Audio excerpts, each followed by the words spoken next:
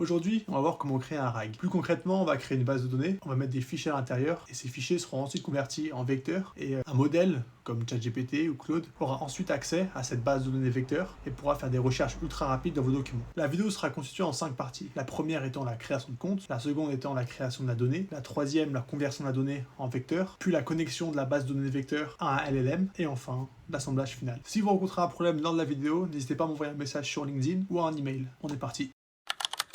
La première étape est de se rendre sur portal.azure.com et ensuite on va cliquer sur service gratuit. Et sur service gratuit, on voit quelques ressources qui peuvent être utilisées gratuitement, dont Stockage Blob Azure, qui est une ressource qu'on va utiliser, donc jusqu'à 5 Go de storage. Et ensuite, on verra aussi Recherche IA, 50 MB. Donc ça aussi, c'est un service qu'on va utiliser gratuitement.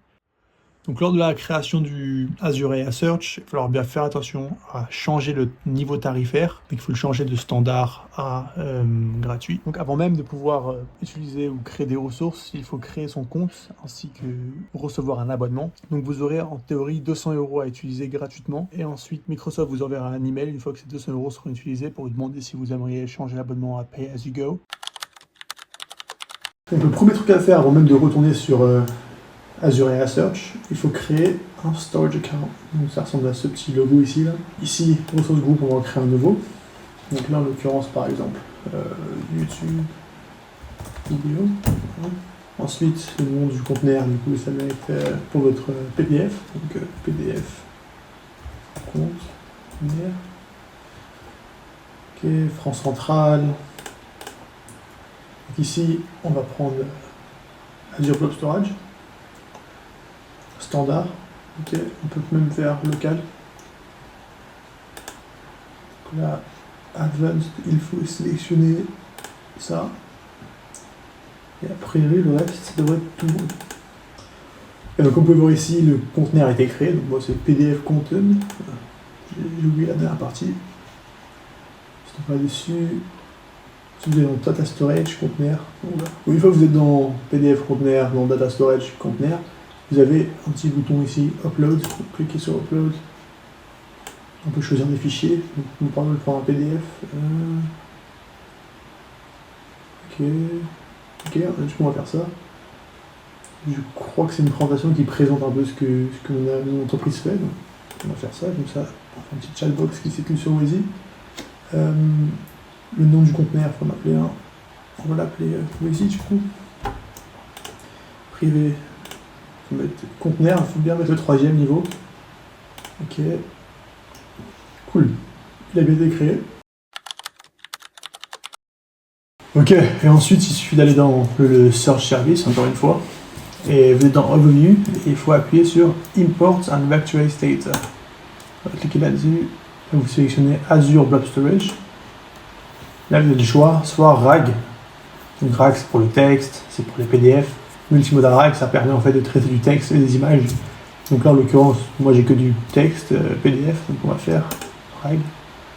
Donc le compte, le mien c'était PDF Content. Et ensuite le conteneur c'est Wheezy. Et ici, pas besoin de mettre de fichiers parce que le search prend par défaut tous les fichiers qui sont dans le conteneur Wheezy.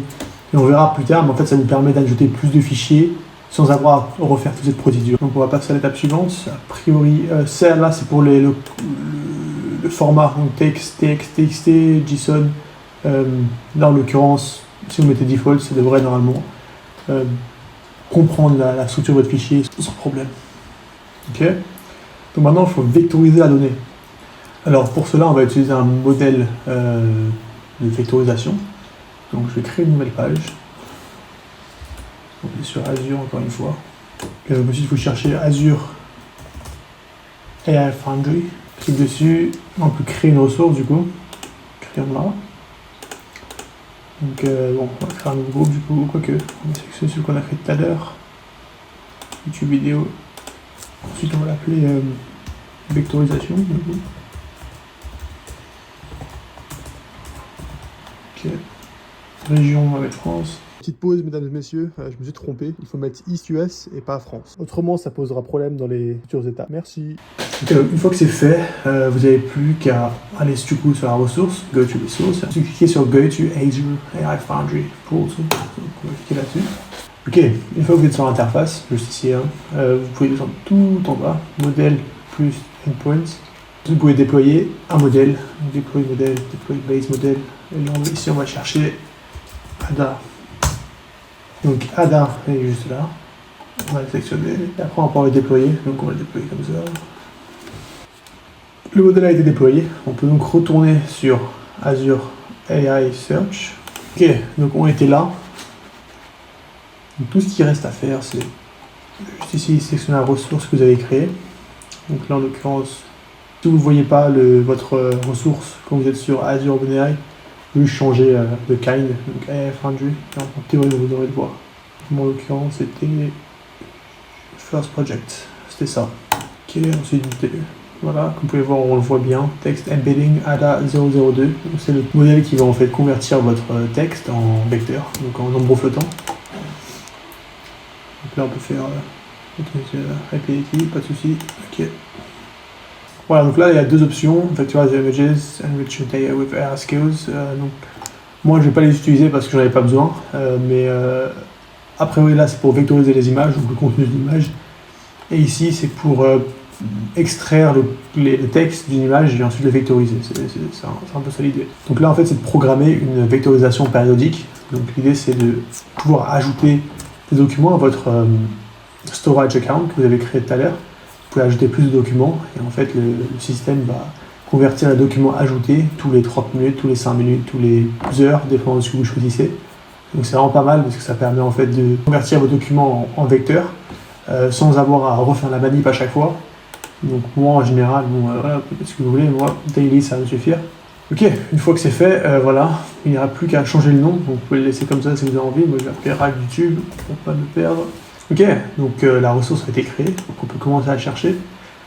Je vais aller sur mon document pour jeter un coup d'œil au final à la recherche que ça va faire. Donc hop là, on va présenter. Ok, donc disons. Ok. Ok, on va chercher local agents, voir si ça trouve un truc. Voilà, comme on peut voir, ça fait bien une recherche hyper rapide. Donc là, c'est en format JSON. Si on descend, c'est bien des nombres flottants.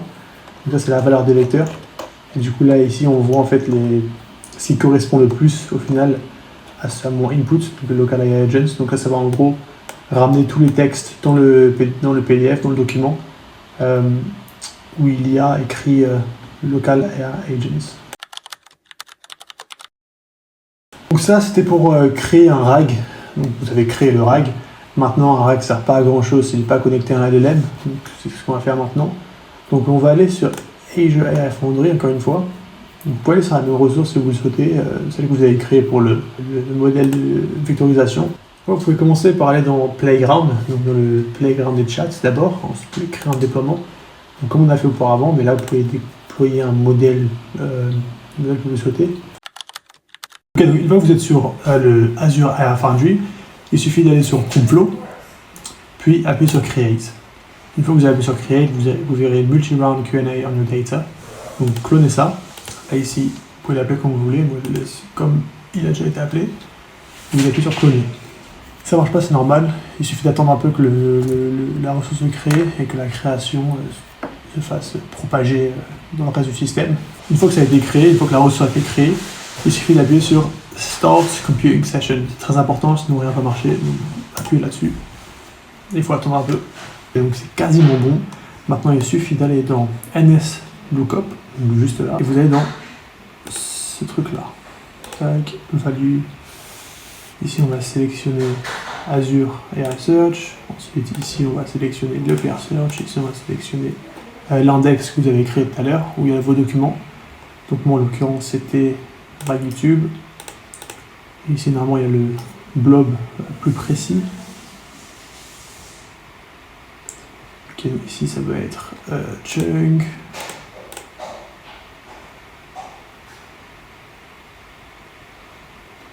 Text vector. Je crois que c'est chunk également.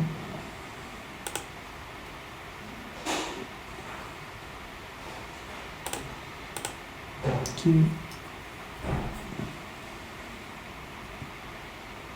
Et voilà, Ensuite, Azure OpenAI.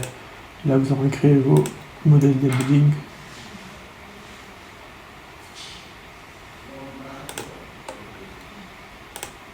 Save. Ok. Voilà. Donc là, ça c'est fait. Il suffit juste de mettre dans NSLOOKUP query type. Il faut mettre, là vous choisissez ce que vous voulez. Bon, préférez c'est hybride. Vector plus keyword. Donc on fait ça. Ensuite, vous montez tout en haut. Là ici, vous voyez connexion, vous connectez. Donc là, j'ai deux ressources créées, l'une pour la vectorisation, donc pour le modèle ADA002, et l'une pour un modèle ChatGPT5. Donc voilà, sélectionnez la ressource sur laquelle vous avez créé votre modèle ChatGPT ou un modèle contextuel LLM. Là, ChatGPT5, chat. Là, ici, on va mettre texte. Ils sont tout en bas et vous faites pareil ici.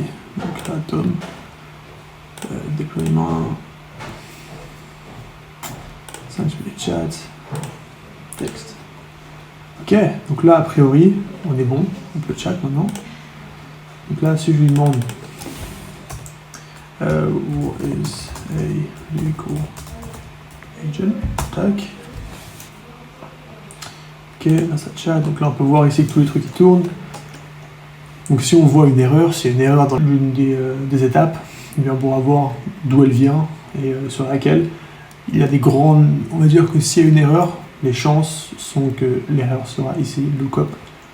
Car il y aura peut-être un problème sur la configuration de Azure Search, ou sinon un problème de restriction au niveau de qui a accès à votre donnée. Ok, c'est tout bon maintenant, on peut aller dans le chat. Là vous verrez que a local agent, AI agent operates entirely within your own infrastructure, ensuring it remains exclusively under your control. Source code RTD with this result direct focal. Voilà, comme vous voulez, il a accès à la présentation entière, du coup il a accès à toutes les données de la présentation, et donc on a enfin fini un modèle RAG, modèle combiné RAG. Donc là, vous pouvez voir 11 secondes 45, c'est très très long, mais ça c'est normal parce qu'il n'est pas déployé. Quand c'est en phase de test comme ça, c'est afin de vérifier que tout marche bien, ça prend beaucoup de temps parce qu'on se focus sur chaque étape. Mais une fois qu'il est déployé, ça marchera beaucoup plus rapidement. Et voilà, pour créer un modèle associé au RAG, c'est aussi simple que ça. Ensuite, vous pouvez aussi le déployer publiquement via une machine virtuelle. C'est la fin de la vidéo, j'espère qu'elle vous aura été utile. Si vous avez une question quelconque, n'hésitez pas à envoyer un message sur LinkedIn. Le thème de la prochaine vidéo sera sûrement créer un RAG à partir de rien du tout, c'est-à-dire ne pas utiliser Microsoft, utiliser des ressources open source et du code. Donc ce sera une vidéo assez technique, mais qui nous offrira une liberté sur la création du RAG, ainsi qu'aucun coût, car toutes les ressources seront open source, donc gratuites.